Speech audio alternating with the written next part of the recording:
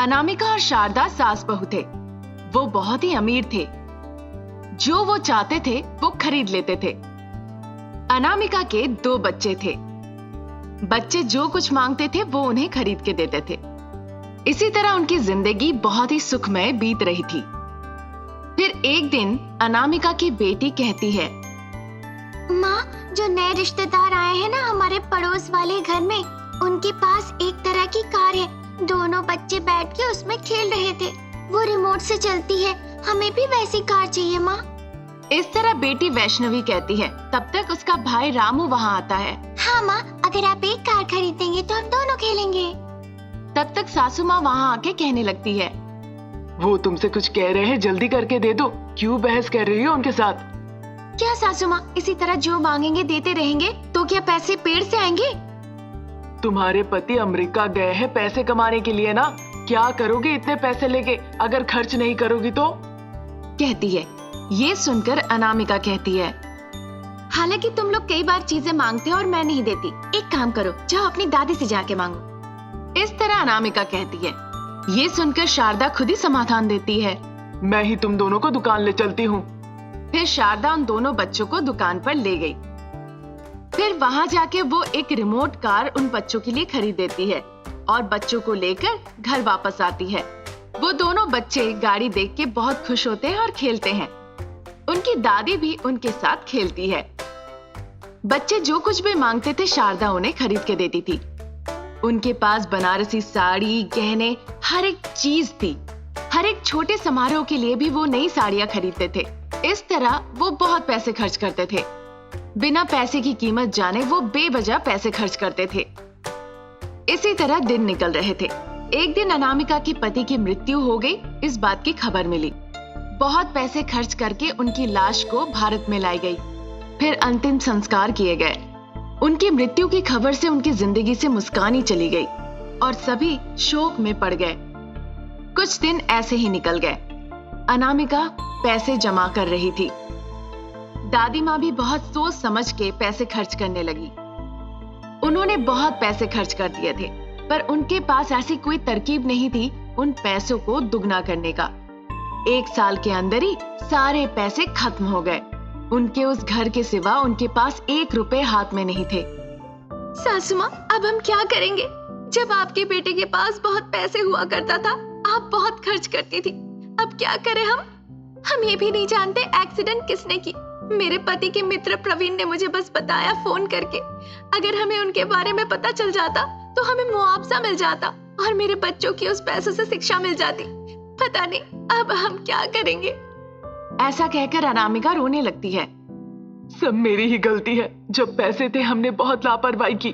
अब ऐसी स्थिति है कि क्या कहे। गहने और साड़ियां बेच के अब शायद कुछ पैसे मिल जाए। सबसे पहले बच्चों को हमसे दूर एक हॉस्टल में रखना होगा ताकि उन्हें 2 वक्त का खाना कम से कम मिले, भले हम उपवास दे के रहे। सासू माँ की बातों पर अनामिका तैयार हो जाती है। फिर उनके पास जो पैसे थे उससे वो बच्चों को छात्रावास में रख देते हैं। इस तरह 1 साल निकल गया। सासू माँ और अनामिका एक स्वामी जी के यहाँ काम करते थे। फिर जब बच्चों को छुट्टियां मिली वो दोनों घर लौट आए। घर देख के बच्चे हैरान हो जाते हैं। दादी, हम इस झोपड़ी में क्यों रह रहे हैं? हम तो बड़ी इमारत में रहते थे ना। जब हम हॉस्टल जा रहे थे हमारे खिलौने भी सही थे। हम वो अपने बंगले में रख के गए थे। वो सब खिलौने कहाँ हैं? इस तरह बच्चे कहने लगे। सासू माँ और अनामिका को समझ नहीं आ रहा था कि उन्हें क्या कहना है। दोनों बच्चे रो रहे थे अपने रिमोट कार से खेलने के लिए। अनामिका क्या करेगी समझ नहीं पा रही थी। फिर अनामिका एक सब्जी की टोकरी ले आती है और उसमें बच्चों को बैठाकर वो कहती है कि यही उनका कार है। ये देखकर शारदा कहने लगती है, हम कैसे जिंदगी जीते थे और अब क्या हो गया। ऐसी परिस्थिति होगी सपने में भी नहीं सोचा। इस तरह वो बहुत दुखी हो गई। तब तक स्वामी जी वहां आते हैं। फिर स्वामी जी सासू माँ से कहते हैं, अब उदास होने का क्या फायदा शारदा। हमें जीवन में कुछ नियमों का पालन करना होता है। पता नहीं कब किसकी जिंदगी बदल जाए। जब तक हमारे पास पैसे होते हैं पैसों की कीमत नहीं समझते। हम उसे बेवजह खर्च करते हैं बिना सोचे समझे। जब इंसान जिंदा होता है तो हम उसकी परवाह नहीं करते हैं, और जब ये दोनों चले जाते हैं तब हमें उसकी कीमत समझ आती है। हाँ स्वामी जी, हमें अब समझ आई है। जब हमारे पास पैसे थे हम लापरवाही से खर्च करते थे, अब तो खाने के लिए भी तरस रहे हैं। इस तरह कहकर वो बहुत रोती है और उदास हो जाती है। अनामिका उनकी बातें सुनकर कहने लगती है, मैं हमेशा कहती थी सासू माँ, बेवजह पैसे खर्च मत कीजिए, पर हमारी बेवकूफी की वजह से आज हमारी ये परिस्थिति हो गई। कहते हैं औरतें परिवार को थामे रखती है, पर हमने सब बर्बाद कर दिया। चाहे कोई भी गलती करे, हर किसी को परिस्थिति का सामना करना होता है। आपकी किस्मत में जो लिखी हुई है उसका सामना करना ही होगा।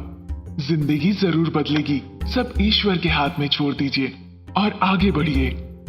इस तरह स्वामी जी उन्हें धैर्य रखने के लिए कहकर वहां से चले जाते हैं।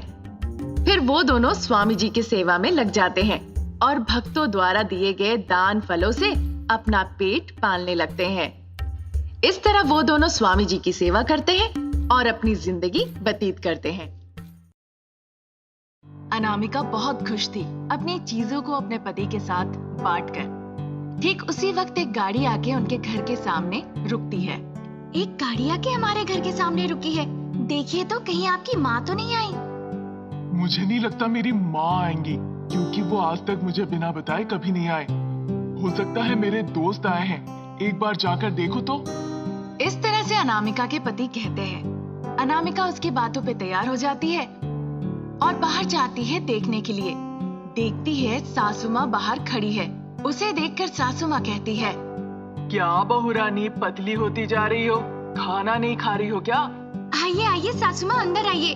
मैं नहीं माँ जी, आपके बेटे दिन ब दिन इतने काम में व्यस्त रहते हैं कि खाना ही छोड़ दिए हैं। इस तरह सास बहू के बीच बातें होती है। माँ को देखकर बेटे को बहुत खुशी होती है। माँ, आप बिना बताए अचानक कैसे आ गई? आपकी बहू रानी को लगा आप हो सकती है, पर मुझे बिल्कुल नहीं लगा था।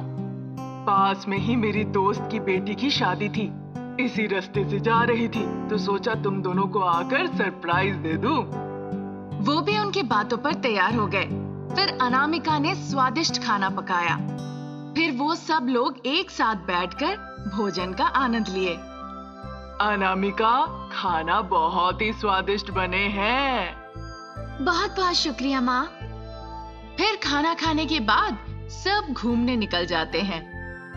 अनामिका, तुम्हारे पति कह रहे थे फोन पर कि तुमने एक ऐसी साइकिल बनाई है जो कि कार से भी तेज चलती है। हाँ माँ, मैंने थोड़ी सी दिमाग लगाकर उसे बनाई और अच्छा काम कर गया। क्योंकि उसका इस्तेमाल नहीं हो रहा था, इसीलिए उसे ऊपर रख दिया है। इस तरह से अनामिका कहती है। उसकी बातें सुनकर हंसते हुए सासू माँ कहती है, अब रखोगी नहीं तो क्या करोगी?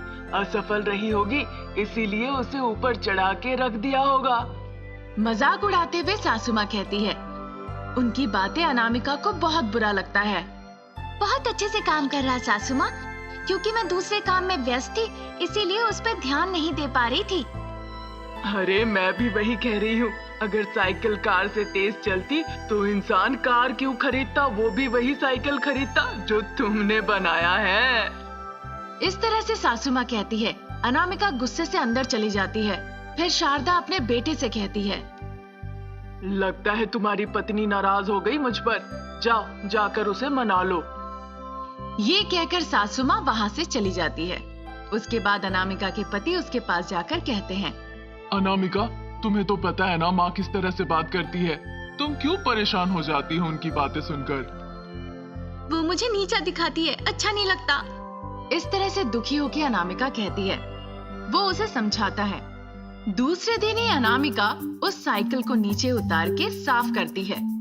फिर उसे स्टार्ट करती है और देखती है कुछ दूर जाने के बाद वो साइकिल बार बार रुक जा रही है। परेशानी कहाँ पर है ये ढूंढ निकालने के लिए वो कोशिश करती है। जब वो कोशिश कर ही रही थी, ठीक उसी वक्त सामने आके सासू माँ अपनी गाड़ी रोकती है। अरे बहुरानी, देख कर लग रहा है ये साइकिल तुम्हें परेशान कर रही है फिर से, इसीलिए लोग इसे बेकार का साइकिल कहते हैं। देखकर लग रहा है आप काम के सिलसिले से कहीं जा रही है, तो आप जाइए, मैं साइकिल से आती हूँ। मुझे तुम्हारे घर वापस आना पड़ा क्योंकि कल मैं अपना पर्स यहीं भूल गई थी। मुझे छोटी मोटी शॉपिंग करनी है, उसमें 10,000 रुपए है। अच्छा, तो फिर वो कहीं घर पे ही होगा सासू माँ। इस तरह अनामिका कहती है। अरे अभी भी साइकिल पे पड़ी हुई हो, इसे डिक्की में रखो और गाड़ी में आके बैठो। कोई बात नहीं माँ, आप जाइए, मैं आ जाऊंगी। ये सुनकर सासू माँ को गुस्सा आ जाता है और वो सोचती है कि अनामिका को बहुत अहंकार है। फिर वो अपनी कार से चली जाती है। घर पहुँच के वो अपना पर्स ढूंढती है। फिर वो अपने बेटे को बुलाती है। बेटा बेटा, कहाँ हो? सुन रहे हो? माँ की आवाज सुनकर बेटा दौड़ के बाहर आता है। क्या हो गया माँ, आप सुबह सुबह यहाँ आई? पिताजी की तबीयत ठीक है ना? सब लोग ठीक है, पर जब यहाँ आ रही थी तो देखा तुम्हारी पत्नी साइकिल ठीक कर रही है बीच रास्ते में। इस तरह से सासू माँ अपने बेटे से कहने लगती है। जब तक वो सारी बातें कह ही रही थी, इस बीच अनामिका आ जाती है। उसे देखकर, अरे इतनी जल्दी पहुँच गई, किसी ने लिफ्ट दिया? कहा था गाड़ी में आके बैठो।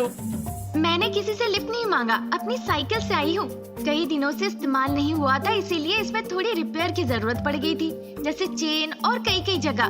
मैं लगभग आपके साथ ही आई हूँ। ये तो मेरी साइकिल की शक्ति है, शक्ति। इस तरह गर्व से अनामिका कहती है। अगर इतनी शक्ति है तो चलो बाजी लगाते हैं, फिर देखा जाएगा कौन सही कहता है। बिल्कुल सासू माँ, मैं भी पूरे कॉलोनी वाले को बुलाती हूँ मेरी साइकिल की पावर को आजमाने के लिए। इस तरह से कहकर अनामिका बाहर निकल आती है और अपने पड़ोसियों को बाहर बुलाती है। सब आके पूछते हैं आखिर में क्या हो गया। क्या हुआ अनामिका, क्या परेशानी है? ये साइकिल जो मैंने इन्वेंट किया है, ये कार से तेज चलती है, इसलिए मैंने सासू माँ से इस बारे में बाजी लगाई है। इस तरह से उन्होंने बताया कि वो प्रतियोगिता करना चाहते हैं और वो चाहते हैं कि सब लोग इसे देखें। ठीक है बेटा, हम भी बहुत उत्सुक हैं। चलो शुरू करते हैं। फिर अनामिका अपनी सासू माँ से कहती है, सासू माँ हमें देर हो रही है, चलिए शुरू करते हैं। फिर वो दोनों रेस के लिए तैयार हो जाते हैं। अनामिका के पति जाकर एक लाल कपड़ा उस गांव के मंदिर में कोने वाले पेड़ में बांध देता है।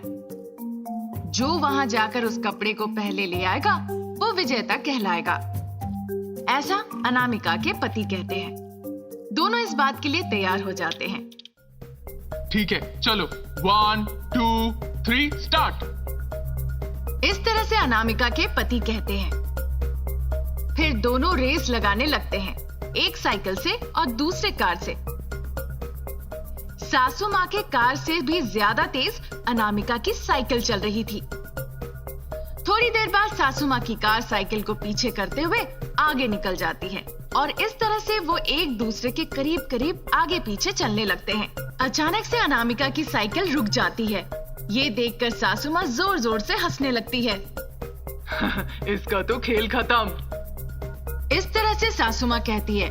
फिर वहाँ से वो चले जाती है अपने गंतव्य स्थान पहुँचने के लिए। वहाँ जाकर उन्होंने अपना लाल कपड़ा लेकर मंदिर से वापस लौटने लगती है। तब वो देखती है अनामिका आ रही है अपना झंडा लेने के लिए। फिर वहाँ से सासू माँ स्टार्टिंग पॉइंट के लिए निकल जाती है तुरंत। फिर देखते हैं सासू माँ पहले आ रही है। जब लोग इस तरह सोच ही रहे थे, उन्होंने देखा अनामिका पीछे से उससे भी तेजी से आ रही है।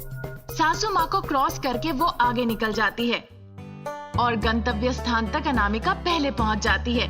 अनामिका की जीत पर लोग तालियां बजाने लगते हैं। सच में अनामिका, तुम्हारी साइकिल तो बहुत ही उम्दा है। फिर सासू माँ ने अनामिका का मजाक उड़ाने के लिए उससे माफी भी मांगी। सासू माँ, अब ये सब भूल जाइए। अनामिका के काम के लिए लोगों ने उसकी बहुत तारीफ की। एक न्यूज रिपोर्टर श्रीदेवी वहाँ पे मौजूद होती है। अनामिका ने इस तरह की एक साइकिल इन्वेंट की है, इस बारे में उन्होंने एक आर्टिकल लिखी। फिर अनामिका का वो आर्टिकल न्यूज़पेपर में छपी। सारे मीडिया वाले अनामिका का इंटरव्यू लेने लगते हैं और धीरे धीरे वो अपनी पहचान बनाती है। वो एक जानी मानी हस्ती बन जाती है।